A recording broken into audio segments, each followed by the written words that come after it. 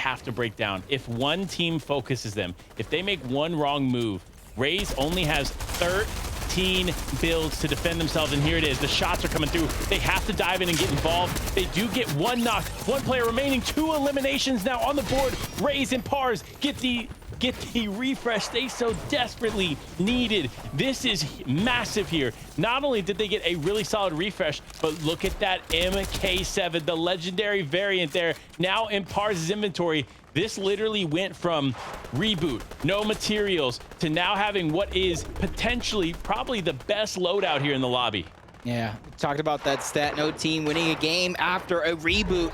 They don't need to win a game, Panda. They just need to do good enough. That is the key for them. But what is good enough for them? Who knows, especially with SNACKY and Favs directly on your heel. You see Zuko, Slicksy, Dynamic, Convict. So many eliminations being picked up here. That's because of Storm Surge forcing the action, forcing players to interact with one another, but it's going to stop. Allow them to breathe. That's Dynamic and Rex, who are going to get saved for now. They were on the back foot of receiving so much Storm Surge damage. They were, but with so many players going down there in those moments, it is a saving grace, to say the least. But SNACKY and Favs here still playing together. Did use quite a bit of material up until this point, so they will need a refresh at some point here. But oh my gosh, what is going on? Who is just giving Pars and Raze all this stuff? Come on, guys. Look at this. 125 builds. He just had less than 100 builds. Now they are both well above the 100 build mark, meaning that they are set up for success. They have everything in their inventory, not only to place well in this game, but to win it. Could we see that statistic that we talked about before broken? That's what I got to find out here in these next few moments. In the very final game as well. I told you, EU was phenomenal. NA East, fantastic. NA West, nothing can beat this action. As you see teams just doing everything they can. Pars and Rage, you wouldn't have even guessed they would have went down at this stage in the game as the next zone is going to present itself. Half of the lobby towards the low side, a good number towards the high side, a decent chunk in towards the middle. So this next zone is going to pull south. So half of the lobby is going to get gifted that opportunity. And if half the lobby's getting it, is it even blessing? That's a good question. I mean, look, the way this zone is pulling, these different elevation points, it's really key to stay high. It's not necessarily saying high ground, but you need to stay above these higher elevation points because there's going to be so much going on here as they move forward.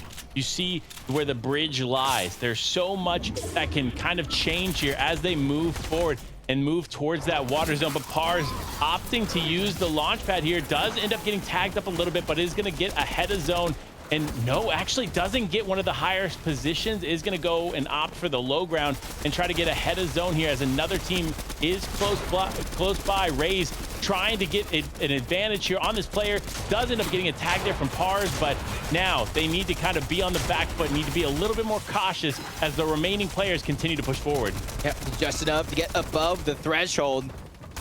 As well as SNACKY and Favs, but spoke too soon. They dropped one below. Not too much to worry about. Landjock and Punisher for now. 6 moving zone. Have the high ground. Clutch is doing what he can. He knows he can't take it. Herbie, Poppy, Zook, so many players directly below him. But Kinzo and Caleb trying to stay the front side of zone along with Pars and Raze. So that one could get a little sticky. Slick Nick and Convict also getting in a big exchange. But yes, sir, and Kevin, they use that launch pad to go ahead of zone right on top of Wall 8. So this one is going to get chaotic and interesting here in a few moments once the zone moves once more.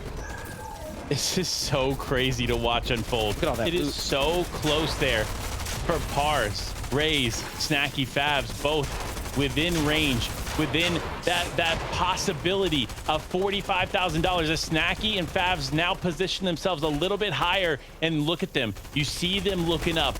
They want that high ground.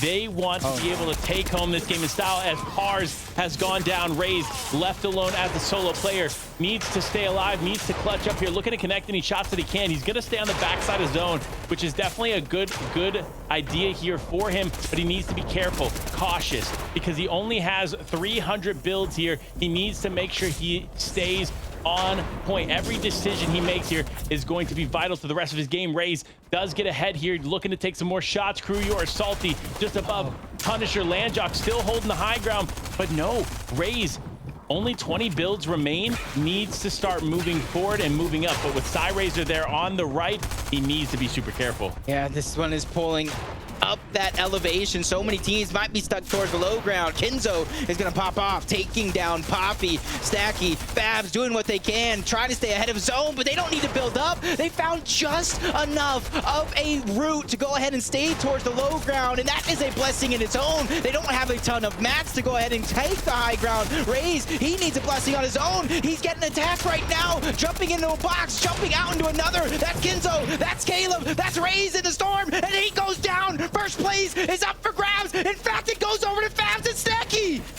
Favs and SNACKY have taken first place here.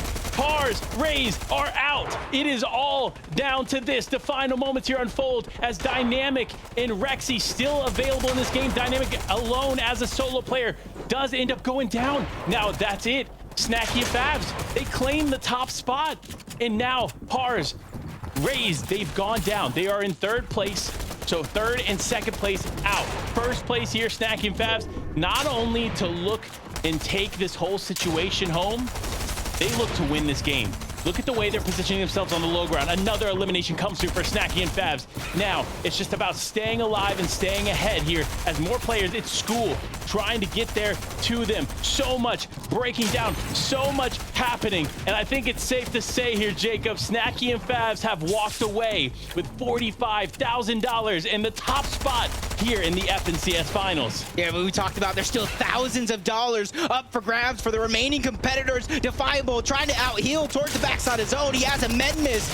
Landrock, Punisher towards the high ground. Favs, he gets aggressed on, but that's Bolt going down. That's not going to stop Favs and SNACKY. They continue to cement themselves. They don't want to take part. They want to take over. It comes down to a 2v2. Landrock, Punisher, they drop down low. SNACKY with the med miss. He's trying to out-heal. He goes down. Punisher and Landrock take the final game, but the FNCS championship goes to Favs and SNACKY.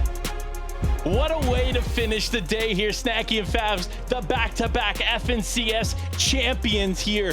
And what a way to showcase their talent here on NA West. Made it into the semifinals, made it here to the finals, and fortunately for them, they walk away on top. But we gotta talk about it, man.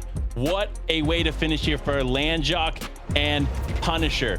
This team, something special. We've talked about them time and time again, them leaving the game, coming back to the game here, and still having what it takes to climb. The champions of the FNCS NA West. Here you have it, 345 points, 1 VR with 45 eliminations, but you can see they made sure that placement was key there. They made it to the